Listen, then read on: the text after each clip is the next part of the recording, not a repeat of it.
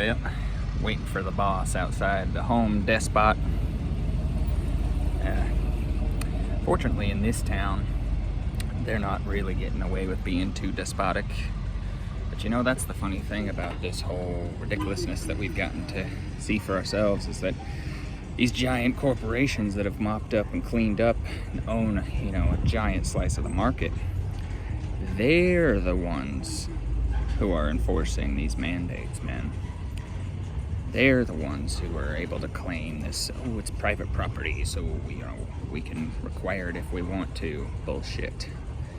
And something needs to be done about that without, at the same time, infringing on private property rights. There's got to be some kind of middle ground there. There's got to be some way to fight that. Around here, you know, you just walk in there and fucking say, fuck it. Don't give a shit. It's near Idaho, and over there they don't got a mandate, so that's kind of keeping this particular area in check. But that's really the only thing doing it. If it weren't for that, shit would be a lot worse here. A lot worse. Ugh. One for my lady.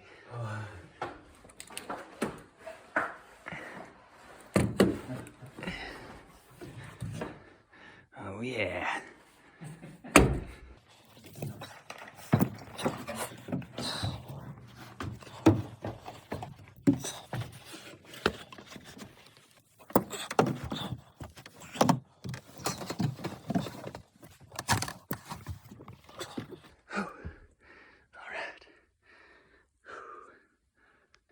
Yeah, living the dream all the way down to the other end.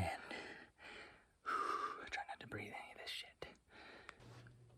Why does this redneck think he knows what Tesla's 369 means and what the secret of Tartaria is? Well, studied a lot, but also I am Gregor Machmachana, or Mechmehan. And what that means is that although I am American, I am Irish. Also a little bit of French and Dutch and Finnish. But I am Irish, and I am also Tartarian. Right? It's in my DNA. I have a long lineage, unbroken by resets, forgotten history. You know, there's some hiccups in there. Not everyone in my family knows what I know, but I have a tie to this history, and I have baked in a whole bunch of intuition and keys for interpreting this shit. So no, I don't know everything. I just want to have a conversation with more people about it. But I will say, a lot of what I know is not being accurately represented on the internet. So, y'all ready for a little conversation with a Tartarian? You guys want to figure out what the fuck this shit's all about? Get at me. Alright, so when it comes to this poke everybody's talking about here in the last several months, 2021. I have a few hypotheses. I think number one is it's exactly what all the freaked out people say it is. I know. All of it. That's one theory. Number two is that it is actually not that at all, and it is actually some kind of formula that is designed to rid people of parasites. And number three is it is number one, and it is being pushed alongside of a whole bunch of knowledge about how to just take care of yourself. Simultaneously, And so those who get it, you know, go ahead and get wrapped up into all the stuff that the crazy theories related to number one speculate about to some degree or other. And that people who don't get it are going down the track of figuring out how to take care of yourself and rid yourself from parasites. No matter which option of those three I choose, it's all about parasites. Yeah. One thing I should probably tell y'all about my videos is you have to watch through the first, minutes of my meanderings through my day or my thoughts to get to the good stuff. So, all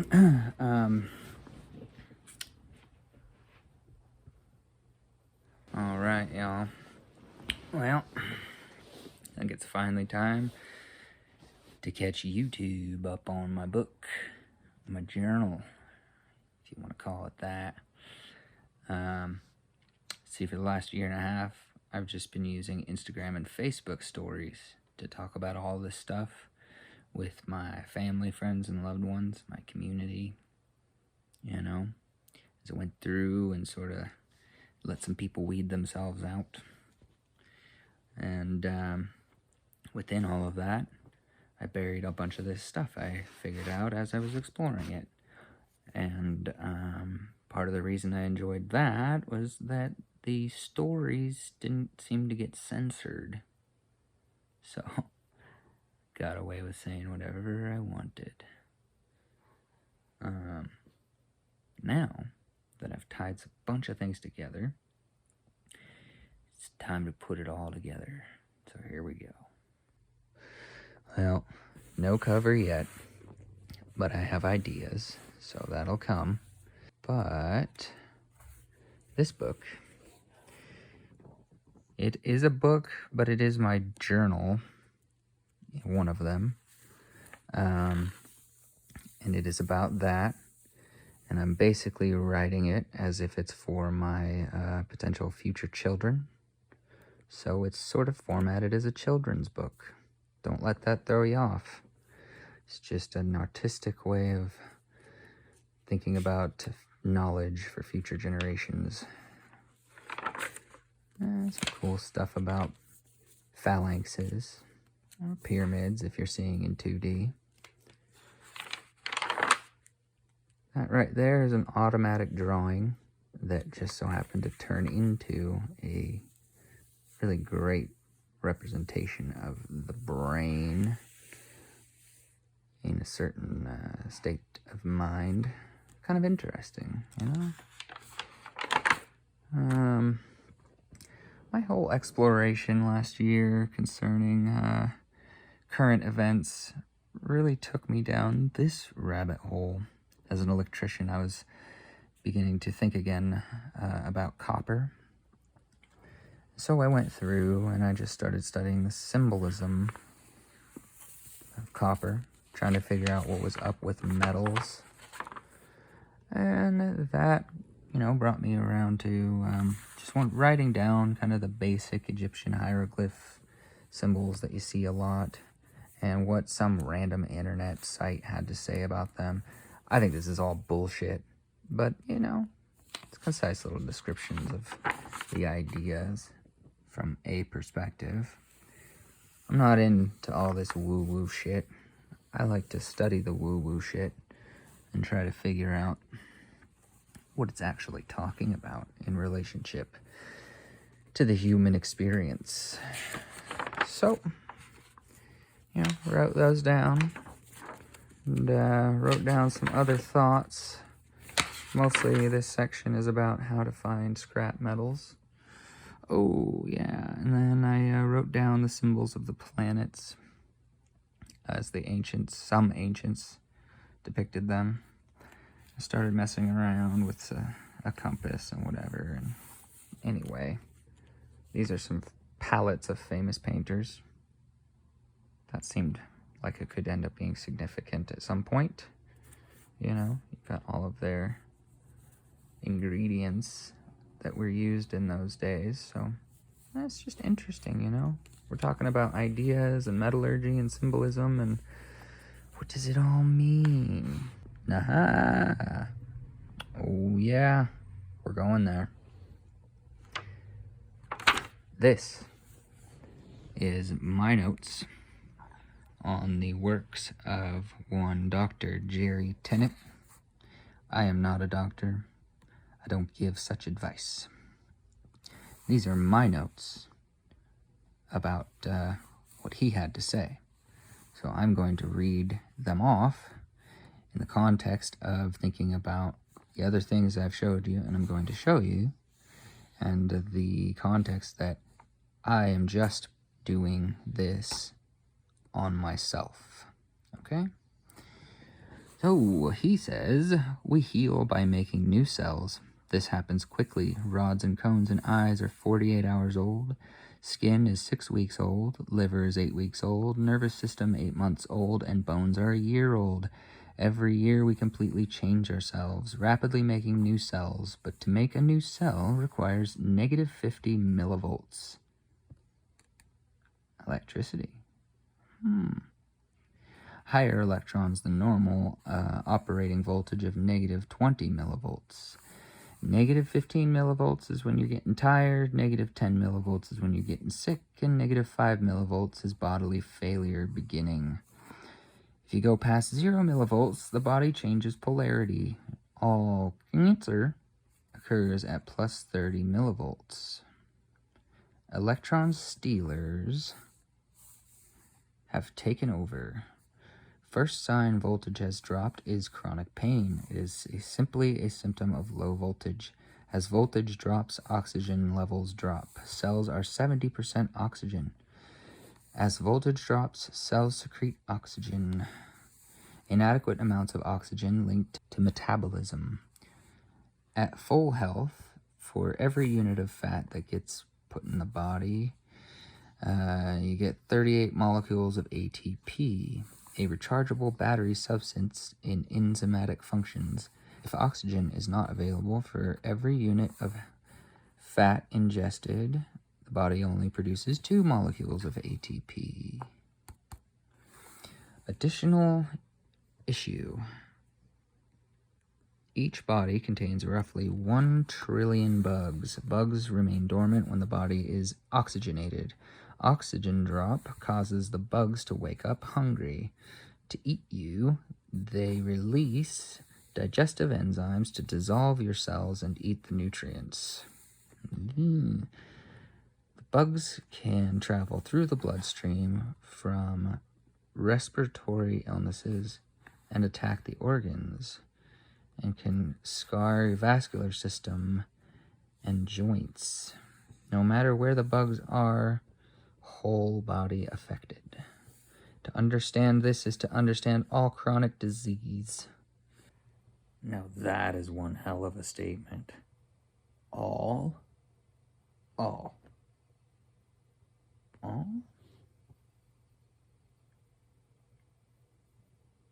Even the old 2 weeks to flatten the curve, all? Perhaps? Thinking possibly. Bad idea to treat symptoms, best to treat the root cause, low voltage. As voltage decreases, bugs change. Starts with viruses, then round bacteria, then ovals, then rods, then yeast, and finally we get fungus. Fungus has a role in cancer. Fungus grows due to a lack of voltage and oxygen. For example, cannot get candida if voltage is normal. Cancer is a fungus. I should have a question mark there. Again, remember, this is just my notes. I'm not claiming this. I don't believe a lot of the things that I make notes about. But for myself and my own practice, I do believe this stuff. Example of voltage control. When stubbing a toe upon impact, the throbbing toe goes to negative 50 millivolts to build new cells. blood vessels immediately dilate, pumping in proteins, carbohydrates, fats, vitamins, and minerals to the site of injury. Swelling is a sign healing has begun. If healing takes all the body's voltage to build cells, the body can suddenly drop below negative 20 millivolts and out of the necessary negative 50 millivolts, causing illness. If this happens before full healing, the wound will develop chronic pain and dysfunction. Getting well is all about finding ways to put electrons into the body. Foods can be tested with a voltmeter to see how many electrons they can provide if eaten. When voltage drops, cells cannot pass waste and become toxic. The acupuncture meridians are simply the fascial planes in the body. Fibrous tissue has the least resistance to the flow of electrons. Fibrous tissue does two things. It creates structure and it carries electrons. So the fascia are simply the fibrous sheaths around all of your muscles and organs. Fascia can be tapped into and treated like a fibrous wire to measure voltage at acupuncture points. Our muscles, particularly in legs and arms, are both electron generators and rechargeable batteries. The piezoelectric crystal example is squeezing a quartz crystal with pliers to emit electrons. The piezo effect, the muscles interacting with the bones create a piezoelectric generator / storage battery. Exercise generates and stores voltage in the body. Here's some little stuff you could screenshot. Moving on. There we go, a little more color there. I try to do that because I don't like looking at pages full of text. Body pH. Everybody's heard about this. Nobody knows what it means. pH is an electrical term, defined as the logarithm of negative 400 to plus 400 millivolts. A little bit of stuff. Basically, pH 7 to 14 is electron donor, alkaline, and pH 0 to 7 is an electron stealer, acidic. There's a little table. Electron stealers cause damage. Acidic, free radical, positive pole. Positive pole, the plus symbol, as you see in electricity. Destructive, spins left. Electron donor, can do work. Alkaline, antioxidant. Negative pole, it's the minus sign, okay? We're getting into some counterintuitive or counter-logic thoughts about positive and negative, and what that meaning has is when people talk about their energy or someone else's energy, right? Constructive spins right. Well, there's your esoteric knowledge about this whole left versus right spin, and symbols and ooh, bad and all that stuff. Cells in the body are 70% water. When voltage drops, oxygen drops. Brain dysfunction linked to low voltage in gallbladder. Interesting. Dr. Tennant does not believe there is such a thing as an autoimmune disease, but simply that the bugs are awakened from decreased oxygen and are running rampant. High ANA blood tests show that raising voltage kills the bugs. ANA goes back to normal, and people recover from lupus. It is all bugs producing toxic enzymes that are poisoning the body and causing disease. At plus 30 millivolts, fungus traveling through the blood take over the cell and tumors form. The voltage of organs can be measured through the fascia. There's also a fibrous sheath around the nerves. The main cable of the body runs up the back and down the front. The body, much like a motor vehicle, can have a voltage drop that drains the battery. If the cause of the voltage drop is not addressed, the body must be jumped and charged every day. Solve the issue. Draining voltage, the battery can store energy. Patients can be divided into two categories. Dr. Tennant's patients can be divided into two categories: those who have normal total body voltage and those who do not. One can measure the acupuncture points to find all but one functioning normally. If this is the case, get electrons into that area. If all points are low voltage, that is hypothyroidism until proven otherwise, according to Dr. Tennant. Thyroid hormone controls both body temperature and body voltage. Here's some stuff about thyroid function. Metabolic syndrome X, type 2 hypothyroidism, high blood pressure, apple-shaped obesity, type 2 diabetes, insulin resistance, increased cholesterol. Every organ that secretes something has large amounts of iodine. Thyroid, salivary, cerebrospinal fluid and brain, intestinal mucosa. There, take a screenshot. Try to make this a little bit quicker. Strep throat is a bug eating your tonsils. The digestive enzymes they secrete travel through the blood and scar the heart valves. Voltage is carried through the body in two circuits. Basically, every cell has a failsafe, two wires connecting to it. One wire to the fascia system, one wire to the analog perineural system. The fiber sheaths around the nerves. If one system fails, the other carries the weight. High intake of iodine is great for all of the body, but you can still get stomach cancer if you eat a lot of meat because it combines with the nitrates in the meat and is neutralized. Potassium iodide will dissolve in water, making Lugol solution. Putting it in alcohol makes tincture of iodine. Tincture of iodine not good, according to Tennant. Iodine will kill any single-celled organism. Bugs can never become resistant to it. Iodine is bactericidal, even at dilutions of 1 over 170,000 parts. When getting adequate amounts of iodine, the body will put 30 times as much of it into cells that contact the outside world as it does into the internal cells, the blood, and the organs. The body basically has a shield of iodine protecting it from the environment. If a bug gets past the shield, the white blood cells attack it by making either ozone or peroxide. White blood cells kill with ozone.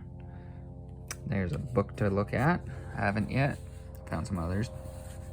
According to Dr. Jerry Tennant and many others, up to 90% of the American population has an undiagnosed hypothyroidism. Blood tests for T4 do not tell of thyroid health. Pituitary gland emits T4, but it must be converted to the active form T3. Can have normal TSH and T4, but if you cannot convert it to T3, I'm still hypothyroid.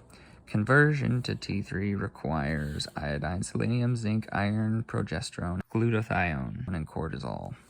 Okay. If the body is missing one of these, it makes a fake hormone called reverse T3 or RT3. Problem with RT3 is that it fits in the keyhole but does not open the lock. Takes up the spot, blocking T3 from being used when available. The only Americans not iodine deficient are those that eat seaweed daily. The body needs roughly 1,000 times what one can get out of salt to be normal. That's iodized table salt. You know, that Morton's shit. I don't know if I believe this about the seaweed thing, but I think that has to do with skewed statistics due to the fact that a lot of us that really practice this kinds of stuff on ourselves are relatively unaccounted for in statistics. We're like the outliers, and so we constantly get nuked from the data. Yeah. Thyroid hormone is made with iodine, which is a halogen. The halogens are on the periodic table are fluorine, chlorine, bromine, iodine, astatine. Fluorine is a bully. Fluorine will push every other halogen out of the way and take its place. Okay, getting through this. According to Dr. Jerry Tennant, blood tests cannot tell the difference between T4 and fake T4. Anytime one consumes fluoride through drinking water, brushing teeth, dental cleanings, eating soy, etc., they are getting a heavy dose of fluoride, basically. Many sources in the environment. Fluoride destroys the thyroid gland. Simply taking iodine is not a cure. Soy, petrochemicals, fuel exhaust, plastic water bottles, pesticides, sodium, lauryl sulfate, propylene glycol, herbicides, hormones in meat and chicken are all estrogenic substances and magnify incidence of estrogen-dependent cancers. Example, drinking from hot plastic bottle, one can taste the plastic. That plastic, when ingested, shuts down the entire endocrine system and thyroid. T3 controls body temperature. 40% of T3 is used to keep body temp normal. 60% is used to control body voltage. Accurately testing for hypothyroidism relies on testing body temp and body voltage. First thing upon waking in the morning, I should put a thermometer behind my ear, and if my temp is below 97.8, that means I have hypothyroidism. Type 2. Wait 4 minutes to get room temp before measuring body temp. Oral temp's inaccurate, as infections make measurement artificially high. And there's a thermometer he recommends. Says there are no sweat glands behind the ear to artificially lower temp reading. 98 is normal operating temp. Below 97.6 first thing in the morning equals hypothyroidism. 98.6 normal at midday. He also talks a little bit about how, I think it was him, somebody I looked at talked a little bit about how the forehead is a completely inaccurate place to get a temperature reading. I think that's in one of his other videos, but this is just a transcription of one video of his that I think is particularly great, and I will put the link to it down below. Mucin. When the body is hypothyroid, it begins to fill up with a syrupy goo called mucin. To test, pinch skin over deltoid muscle in wrist. Should be able to almost put fingers together. If there is any bulk, it is mucin. Look at moons on your fingernails. They show both thyroid and adrenals. If I don't have any moons, both my thyroid and adrenals are shot. Chubby babies, born hypothyroid. Mucin makes blood pressure go up, hypertension. If adrenals fail, blood pressure drops. Mucin surrounds the cell membrane and makes it harder for insulin to get to the cell. Blood sugar goes up, body becomes type 2 diabetes.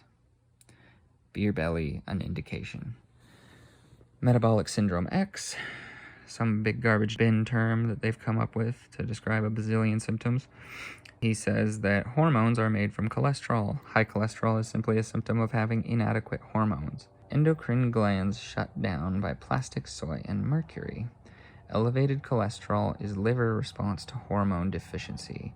When hypothyroid, one feels they need a little spark to get going in the morning. Caffeine and sugar fix, a perfect combo for kidney failure.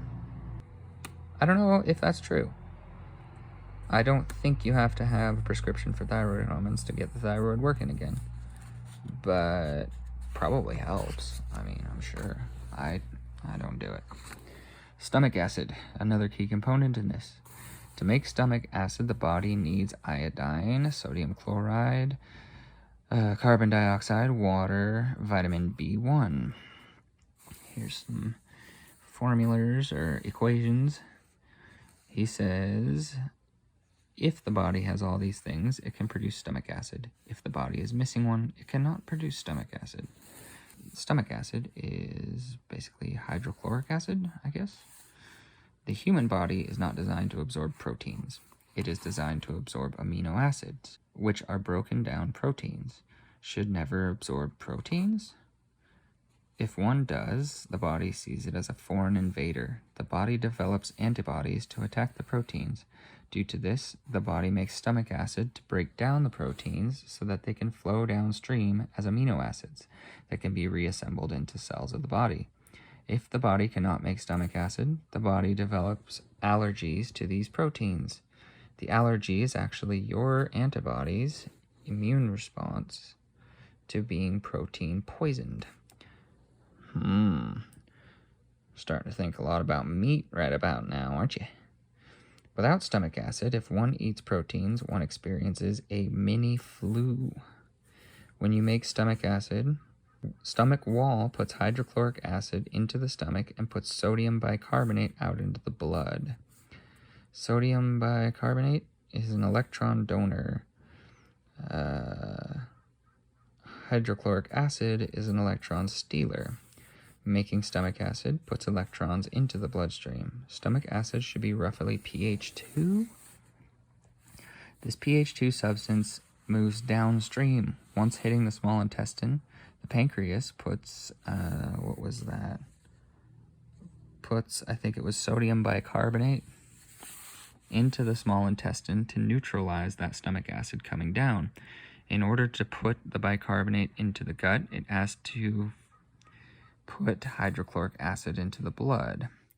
This is fine as long as the electron donor was put into the blood before this electron stealer gets put in.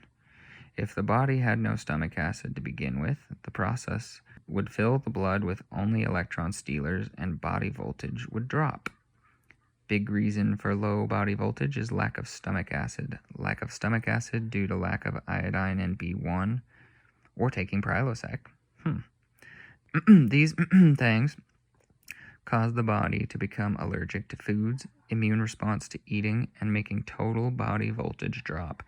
While restoring and ingesting iodine, also take B1 and betaine, which causes stomach to secrete stomach acid. Take betaine with every meal for several months until the body can take over for itself. Iodine has to be taken forever. That's interesting. I haven't taken betaine, but what I did do once is go and look at the giant list of like the 86 trace minerals that are in Himalayan pink salt.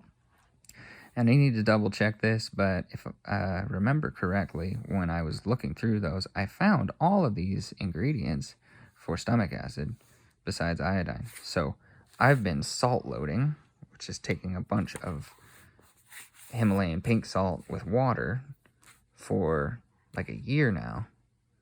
And then I learned by studying a different doctor that I'll talk about later that salt loading is key to iodine loading. So that's cool.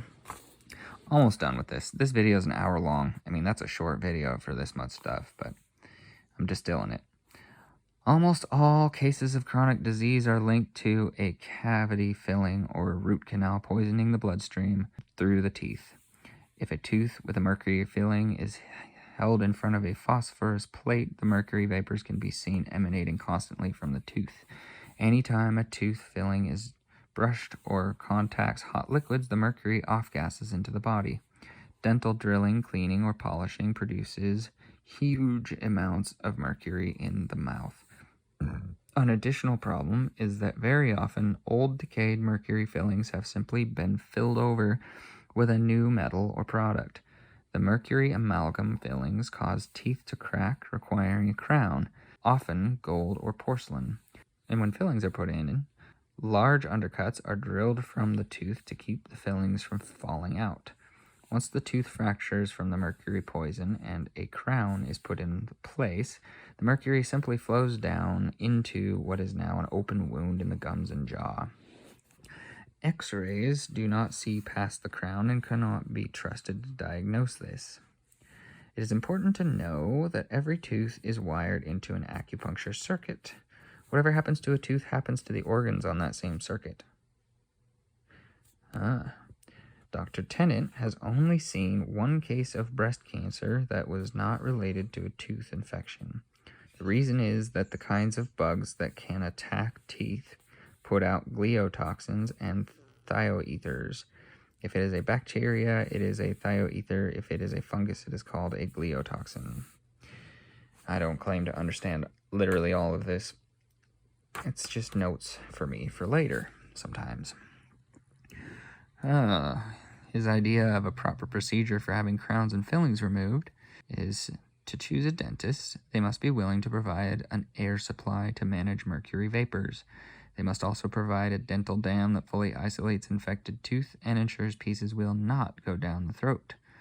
Also, cotton for nostrils and back of mouth. If this is not done properly, drilling on the tooth will cause massive amounts of mercury to enter the brain through the nasal cavity, and it is extremely difficult to get mercury out of the brain. If the doctor says the above procedure is not important, go find another doctor. Root canals are the worst because they are dead teeth. The tooth is killed by drilling down and ripping out the artery and nerve and leaving the dead tooth, which gets infected and kills you slowly. Root canal infections cause 39% of the tubules in the jawbone to be infected in just 3 months. One root canal shuts down 69% of your entire system. Treating these teeth can cure chronic disease, even so far as to get people off of opiates, according to Dr. Jerry Tennant, MD and MDH. And he talks about this under his MDH license, so you can't sue him.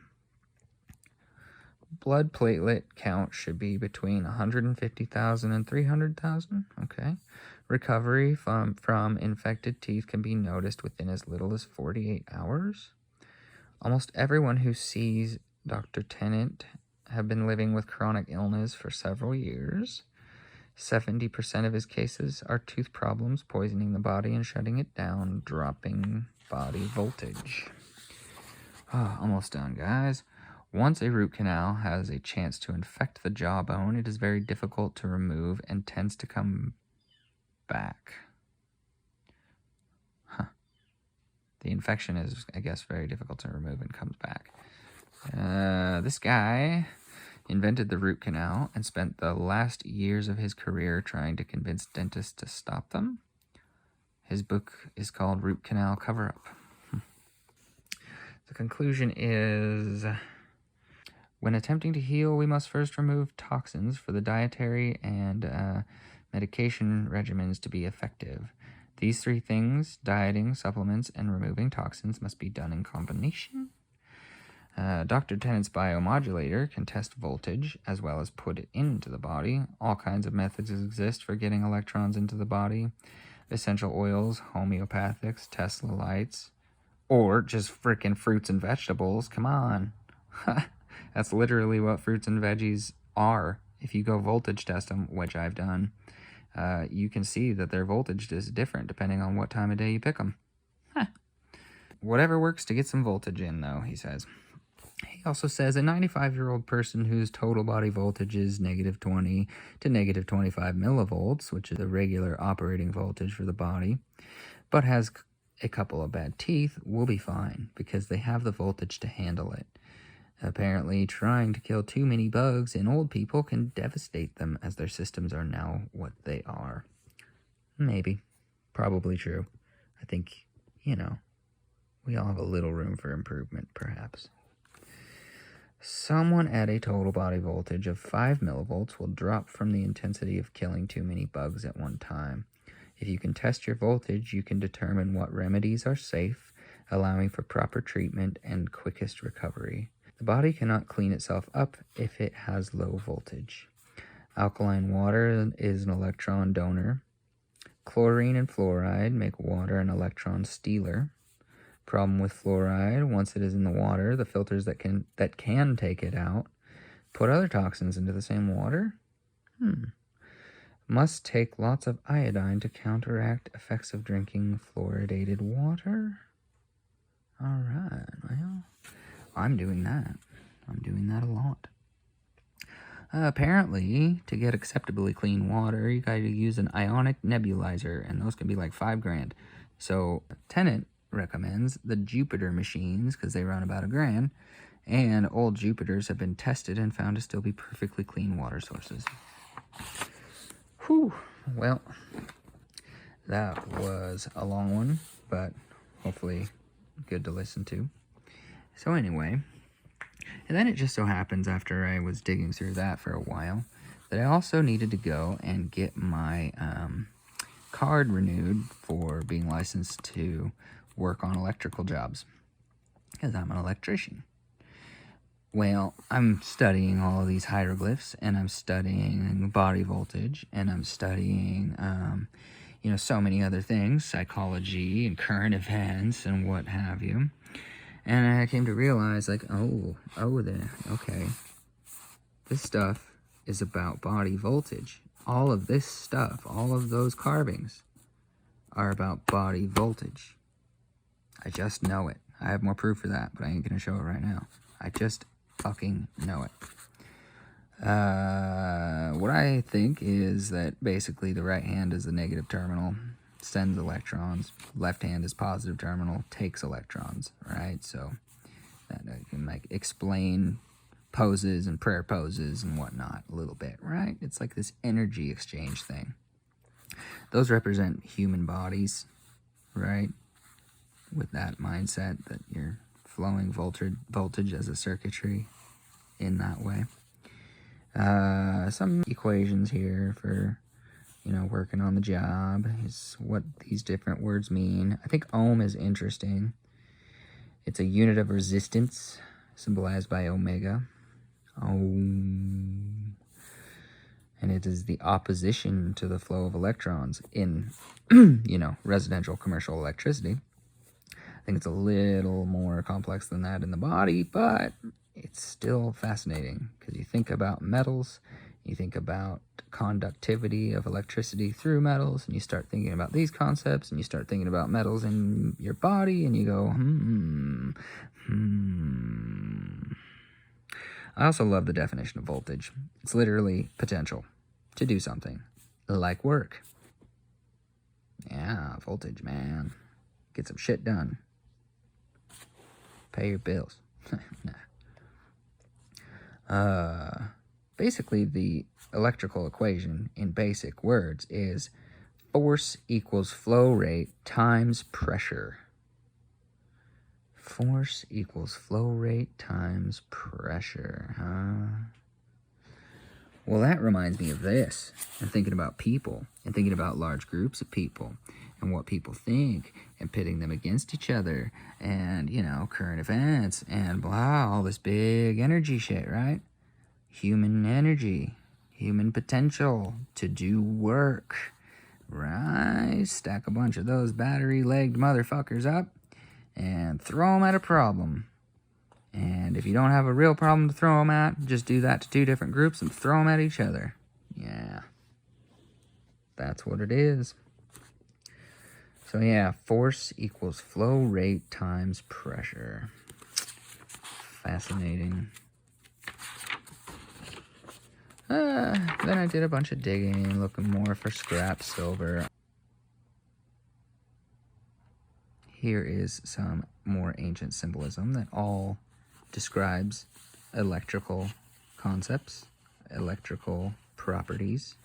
Here is a particularly pertinent one. This is a direct current circuit, right? This is the Hegelian dialectic. This is, if you don't have a real fucking problem, create another fucking fake problem and throw it at the first thing, and now you have force equals flow rate times pressure. Okay? That's what's going on here, guys. Gotta understand that. Ooh, little Tesla 369. Well, so I figured out some things about that symbol and these symbols along the way. What I realized is this is a symbol of electricity. That's it. Simple as that. It describes direct current characteristics in electrical flow, right? It literally describes that. Depending on the direction the wingy wings go, it describes a left or a right spin. We already talked about that in the body electric, right? But this represents alternating current.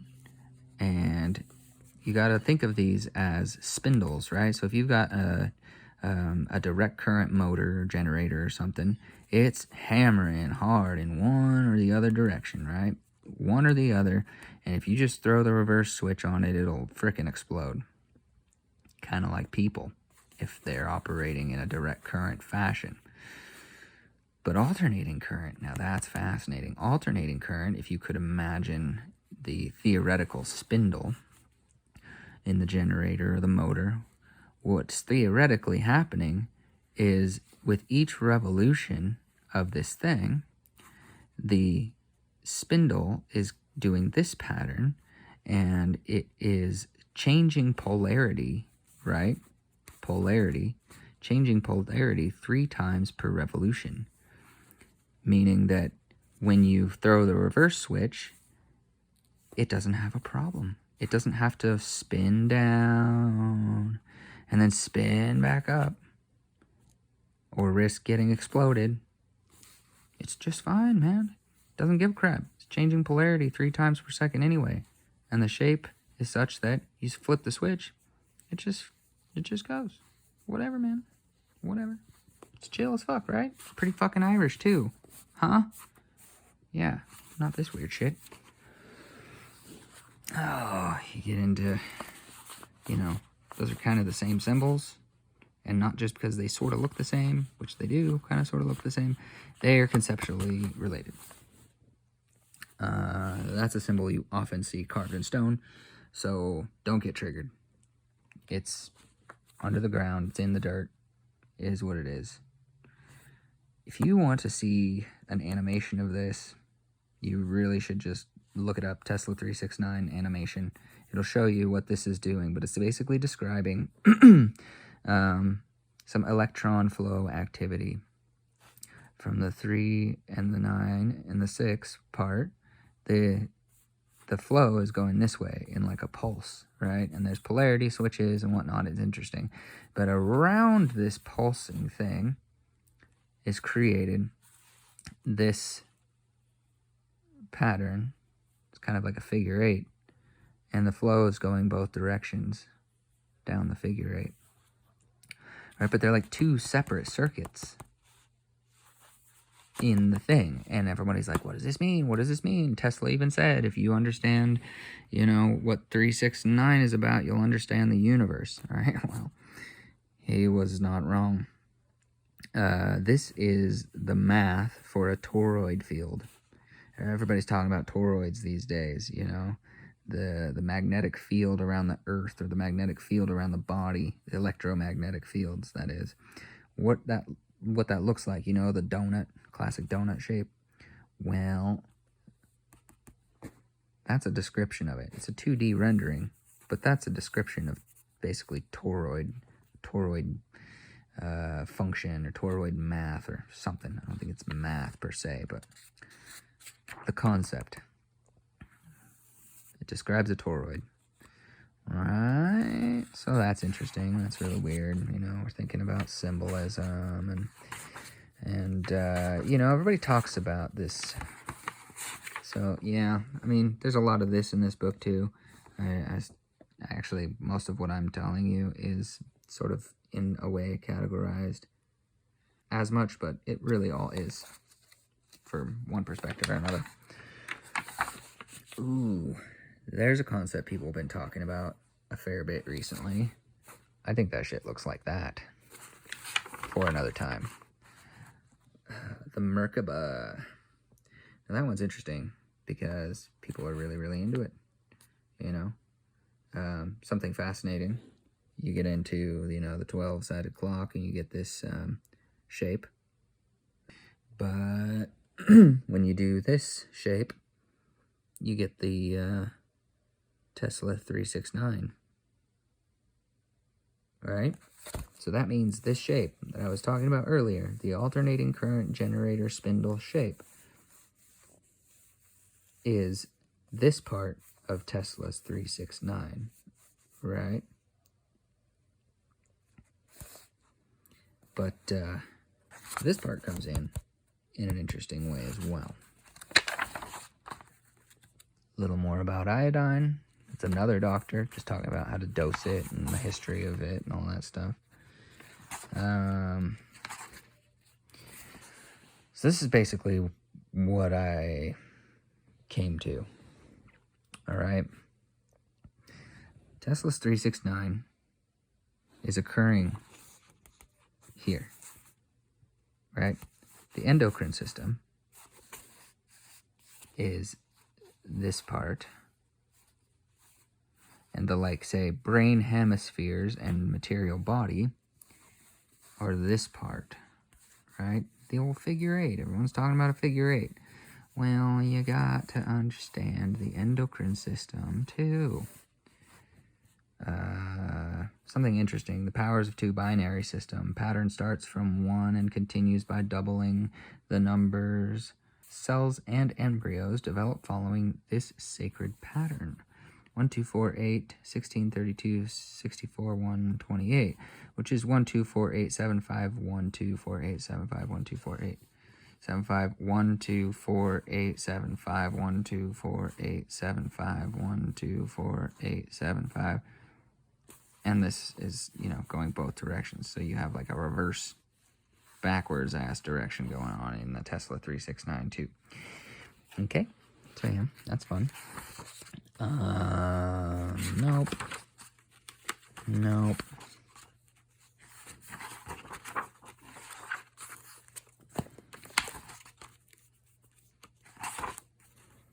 Here, this is important. That's what people kind of describe the Merkaba as. You know, it's like a piece of that toroid math, that stuff. That is what I figured out was the proper chakra colors. A lot of people do weird shit with the chakras. They like make the top one, the crown one, like pink and all this different stuff. When you get into color theory, you realize that the concept of the pure white divine chakra being pink, well, all that means it's got a drop of red in it, right? It's like a tainted crown. It's not pure, right? Not divine. So all these bitches going around talking about, you know, their pink crowns and this, that crown, that ain't divine. That's tainted, right? Simple as that. There's your proof. So here's the perspective. This is what I think is the meaning. Endocrine, brain hemispheres. Merkaba, the lower realm, the cube, the body. And I drew it with my preference, which is alternating current, right? Rather than, you know, direct current. Shlam, shlam, hammer, blam. You know, the symbols everyone hates on so much. Yeah, I don't think that symbolism is the way to go. I think this is the way to go. Right? Ain't nothing can melt you down, because you're just chilling. You're just running high intensity, but, you know, low resistance. That's another type of picture of the Merkaba, Metatron's cube, right? That's supposed to be symbolic of all 12 dimensions.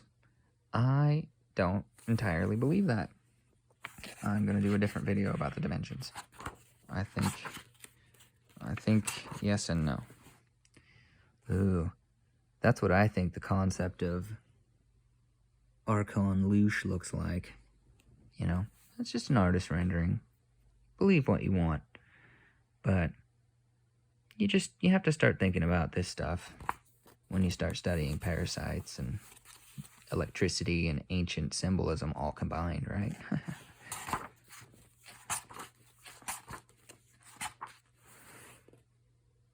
Yeah. Another dude you gotta look up is Ken Wheeler, man. He is all about describing the toroid and showing it in pictures. He's a photographer. He describes waves, so-called waves. He says there's no such thing. But, yeah. What's interesting is he describes out this fact of that the photon, when you're measuring sunlight and they're, you know, basing the speed of light on that and light traveling or whatever, that the photon is simply the null point between the compressions and rarefactions of the wave pattern. So that's interesting. It's almost like the shit they measure to decide if stuff is real is only one tiny little part of the whole thing. Yeah, that's a thought. You get into this infrared versus UV wavelengths, right? And everyone's scared of UV and it's going to kill you. Well, something interesting Ken Wheeler talks about is the smaller the space, the higher the capacitance, right? Look up capacitors in electrical circuitry. Capacitors store a charge, right? And it could be a real pretty massive charge, and it's for helping stuff get going when you flip it on. Well, anyway, some of these deep meditators, they talk about how they can reach a state where if you hook them up to an EEG, they look like they're basically flatlining. Well, smaller the space, higher the capacitance, right? They're charging up. They are crawling deep into that 369 part of the brain and getting serious downloads, right? They're ignoring the two thieves, the two hemispheres, and they're going to source. Yeah. So that's interesting. Here's a page. I think I notated some of this stuff wrong, but this page is sort of just some thoughts I have on the brain, organization, and kind of leftist mentality, and how basically it's left brain dominant, and it can't see outside of itself, and so it can't even recognize that, oh, this over here is actually the right, but the right that the left believes is in existence is like a boogeyman of the left's conjuring, right? Which gets back to that Hegelian dialectic, and how if you don't have a real problem, you just create a fake problem, throw it at the freaking people and pit them against each other, create a new problem. Yeah, both of those tribes running with those symbols, running around being crazy, they're all on the same team. They're all leftists, technically, right? They are the left-right binary within the left. The right's a little different. It's very abstract. It's into the concept of syncretism and incommensurability and, individuality and diversity. And, it's more this, but it's also a thief, right? Because it's also part of the lower realm. It's also part of the material world that is just one blip on the wave, right? So to speak. I think this is interesting. Like, this is the direction I had to move the compass to get this shape without measuring anything. And that's what I had to do to create that shape. That right there, to me, that is incommensurability. Like, it's damn hard to measure that shit. But it is a thing. It's this stuff. Watch Ken Wheeler for that. He talks all about it. Oh, yeah, more Jellins. Apparently, all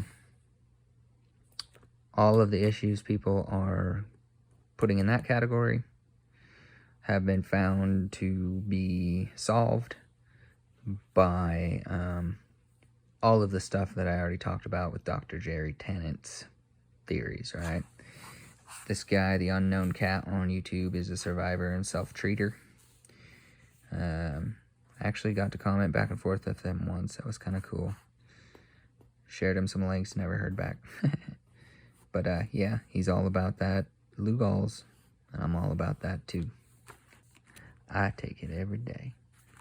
Yeah, there's a lot of things that match them. And color theory. Color theory. Yeah, that's a long one. Now that we're up to this point, I can continue forward in the book and live draw what I'm talking about and explain my thoughts to all y'all as I do it. So, hope that wasn't boring and didn't suck too bad. But hey, this is just my operating perspective. You do what you do. I ain't no doctor, I ain't no lawyer, I ain't no financial advisor, but I am a great student, and I am very, very intuitive. So, I'm trying to show up to fill in some gaps in a lot of the wackadoodle shit that the truth community is talking about, that a lot of them are right about, but they're not giving people the hard science, the stuff to look at, to understand, to know what the fuck they're talking about. Alright. Phew, okay. This is gonna be a long video.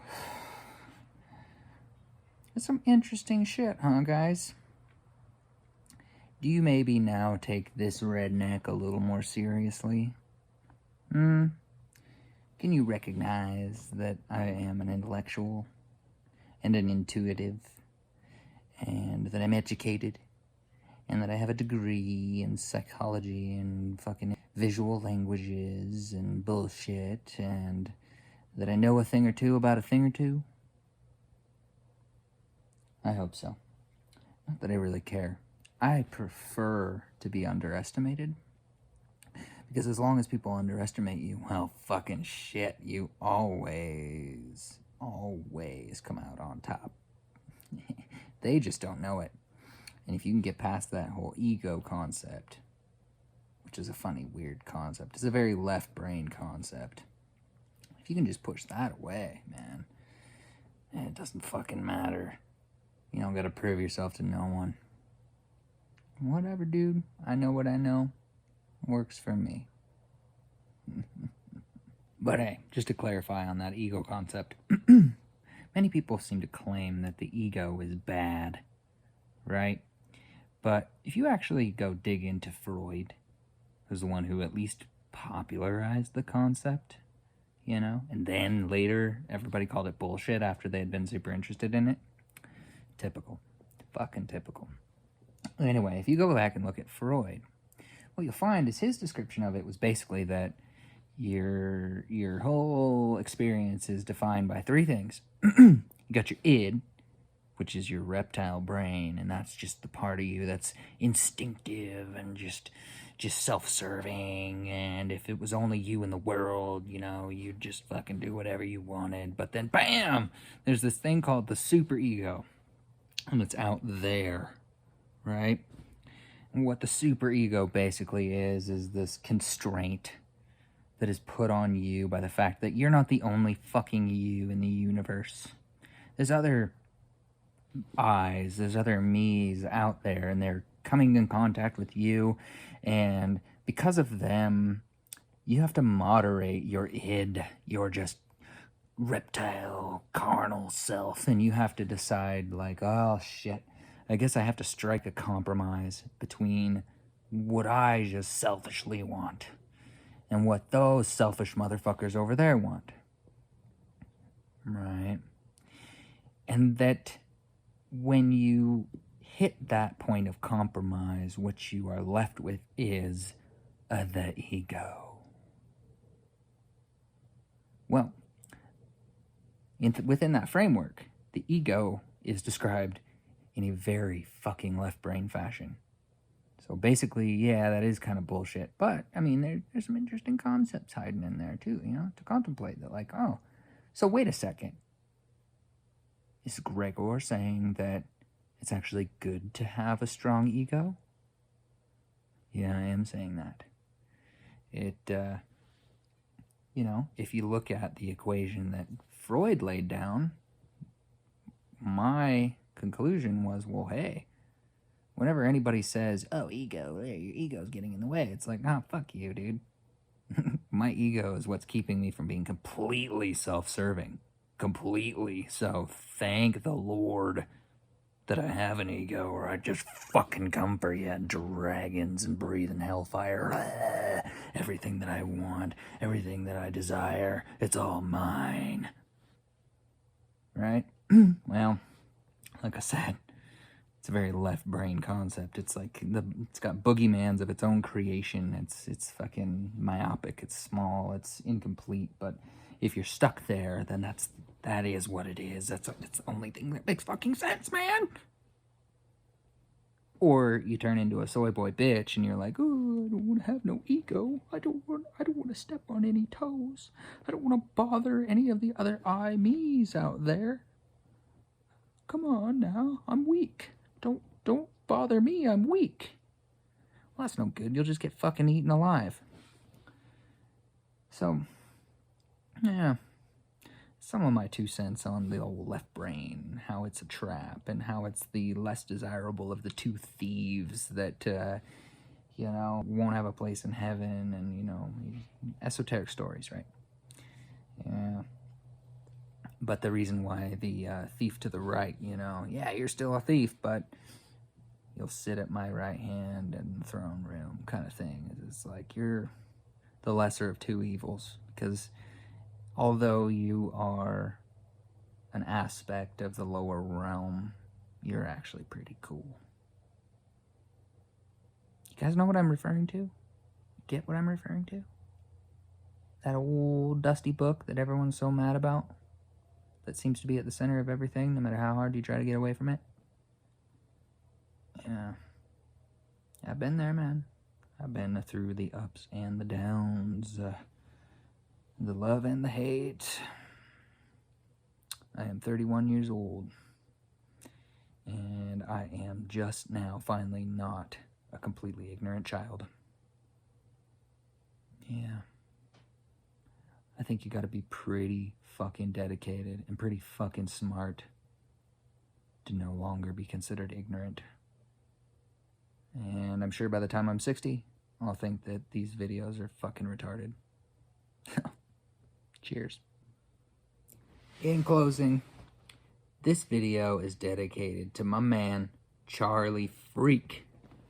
Dude, you are the only guy in the entire truth community, you and Colleen, are the only people that I keep coming back to and that I say, man, some wacky stuff that's a little hard to deal with sometimes, but these guys have it figured out. Man, I almost bought a ticket, come down to Mexico and just frickin' show up at your house, just help you with whatever, got a million skill sets. I end up going to Hawaii to hang out with my little brother who's in the Navy. That's all I'll say about that. But, yeah, I would love to connect with you guys. I would love to chat. Mostly, though, I'd love to kick it, hang out in person. Because I'm a quiet type. And I mostly keep to myself, and I mostly don't care about what other people are doing in this world. And, you know, you guys are the only people I've ever actually, like, meditated on. Like, I have got to hang out with these people. In 31 years of life, you guys are the first people that I found randomly on the internet that I thought, I have got to hang out with these people. So, cheers to you, dude. This video isn't to refute anything you've said. The only argument I really have with you is about the significance of the word human. I notice you get caught up on that one every now and then. I would love to talk about color theory. I would love to talk about the Merkaba and Tesla 369 and all this stuff with you, because I think you know, but I think every now and then there's just these little gaps need filling in your concepts, the way you share them. And I'm just here to do a little bit of that, filling in some gaps, doing my shadow work, just being underestimated and invisible, operating in the shadows, and just making shit happen. Love you guys.